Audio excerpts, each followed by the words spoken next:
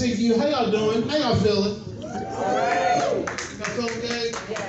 I want to say to y'all, if you don't know your parents the way Sealy's children coming back from Africa for the first time, like if you don't know your mama to the point of Straight from work. or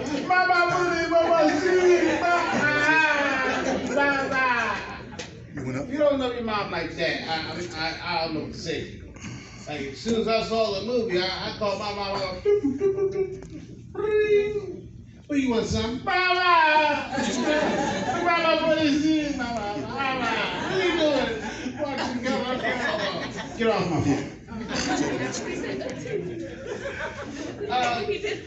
Be thankful. Anybody else want for parents. I'm thankful to have my mother in my life. And seriously, like, my mom had incident.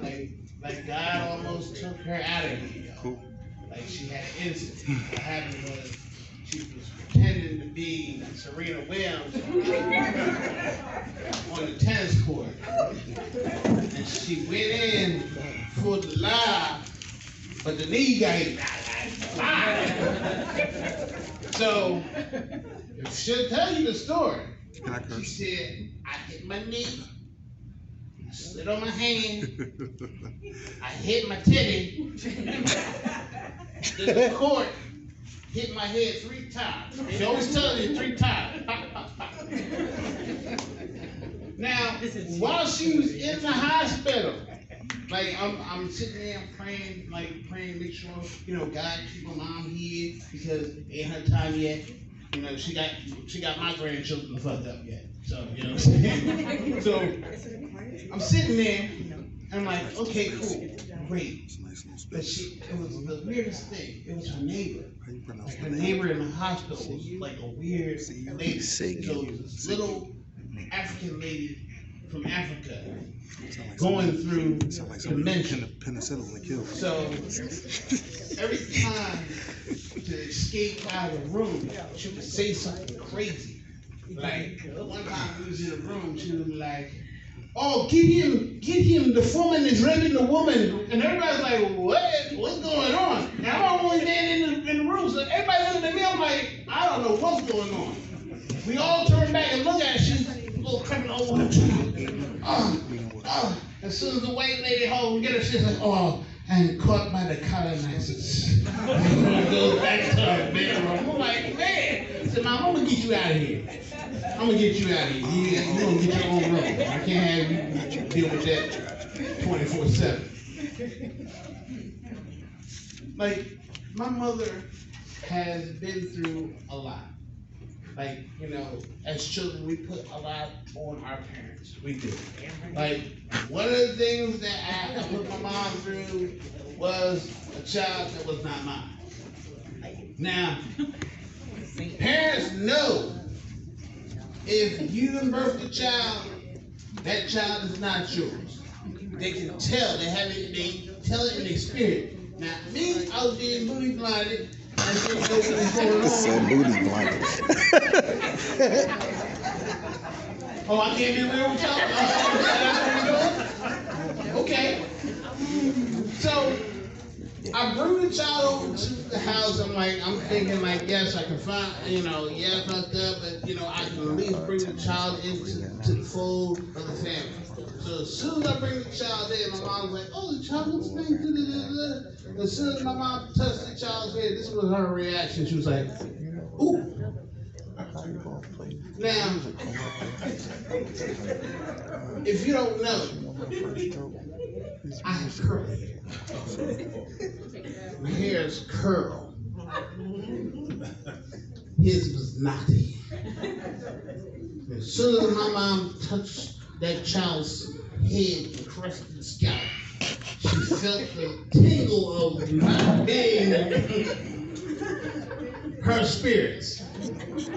She's like, son, that child does not belong to you. I said, why? She said, because of the nappy hair. I said, Mom, you just can't be going by nappy hair. She said, son, you've had curls your whole entire life. There's no way in the world that Janae can turn backwards and turn gray hair in the naps. I love my mom. Like, my mom has been through some stuff. Like, truthfully, Mother's Day for my mom is kind of rough. Because one Mother's Day, my mom got caught in an altercation between my girlfriend and her mom. So what happened was, I was supposed to go out to like Mother's Day with them, but they was running late. So I said, okay, fine. I'm gonna go with my mom and celebrate Mother's Day with my mom, because you running late. Okay, cool. So now, she didn't like that.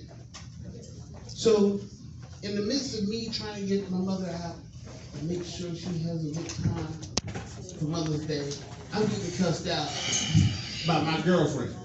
Now all she hears is, what type of bitch you taking out today? What type of bitch? Now, and by the time I'm trying to do crowd control for my family, they're trying to figure out, fuck dinner, we gotta kill a bitch. My grandmother, holy sanctified, she came out, you over here cussing us, oh, we ain't going to dinner, we're going to get to the bottom of this. I'm like, no, I'm hungry. At this point now, I'm saying, I'm hungry, I'm ready to go. Like, I'm going to celebrate somebody's mama today. Now, my whole entire life, my mother has been a part of an organization that was unannounced to me until I got older, and didn't realize it until, receiving the gifts of what it came with. Did you make the shirt? Like, my mom has been the longest running member of the South Jersey Food Bank organization since I was a child. I've been selling redacted candy to children in schools all over the South Jersey area. Every single function I have had has been donated food by the food bank. Trust me. You enjoying all that food this evening? Trust me, it's been by the food bank. It's real funny because we went to the food bank one time and they gave us a cake. I'm like, okay, cool, give us cake. So my mom's neighbor was like, yo, that's a nice cake. I would like to have that cake. Okay, cool. She gave her the cake. So mind you, she put this cake in the freezer. And then it was like, you know what, I'm planning to use this cake later on this week. And mind you, the cake expiration date was already a week out when she put it in the freezer. So I was like, okay, I'm listening to the story, and I was like, yeah, she had the nerve to sell that cake and serve it to people. I said, damn, that's fucked up. She said, you know what the fucked up part was about that, son? I said, what? She told them that I was the baker that made the cake. I said, Mom, you got that from the food bank. I know. I said, so now you a baker and a food banker? Like, where does it stop at? Now, I'm gonna leave y'all with this. Now, one of the jokes I tell is Junior Jesus.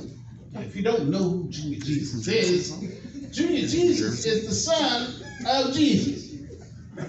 Quick backstory. He has an R&B group called Junior Jesus and the Small Blessings. Now, one of the jokes I say is, hey, Junior Jesus was an R&B singer. He would come up with a song called Supply. Supply goes like this. I don't wish you no bad luck days. I don't wish you no stress. Only want to invite your life to the finer things. I offer you my blessings. Yeah. You don't have too far to go, because I am everywhere. Now hold on. Here come the little small blessings. Whatever you want. Yeah, Junior Jesus can supply whatever you need. Whatever you need. Chapter 2, verses 1 to 5. Now you know. Now, understand. I am a spiritual person. So when my mother was in the hospital, I prayed. I said, you know what? I got to pray not you, Jesus. I got to pray to God, because He only do little small blessings. So I'm calling upon God. God comes to me in a dream. And my father passed away, and he came to me and said, looking over my mom in the hospital, and he said, look, I have her. She's not going anywhere, but she's all right. I said, okay, wake about the dream. But I was like, let me go back to sleep. Now, this was right before she had her surgery. Now, I go back to sleep, and I'm about to ask the same question again. My father comes up. He said, you know what, God? If he asks this question one more time, make sure he don't play Junior Jesus ever again. I said, wait a minute. I woke up to the hospital. I got up real quick, washed myself, got to the hospital. As soon as they were about to walk my mom out to do the surgery, I said, Mom, wait a minute. Just want to let you know right now, on God, everything's going to be all right. Because God came to me, Dad talked to me, and said everything's going to be all right. I didn't want to tell my mama I didn't want to lose my Junior Jesus position from the line here telling the Junior Jesus joke. That's been my time, y'all. I'm Grizzley, y'all. And give it up for my mother. She's in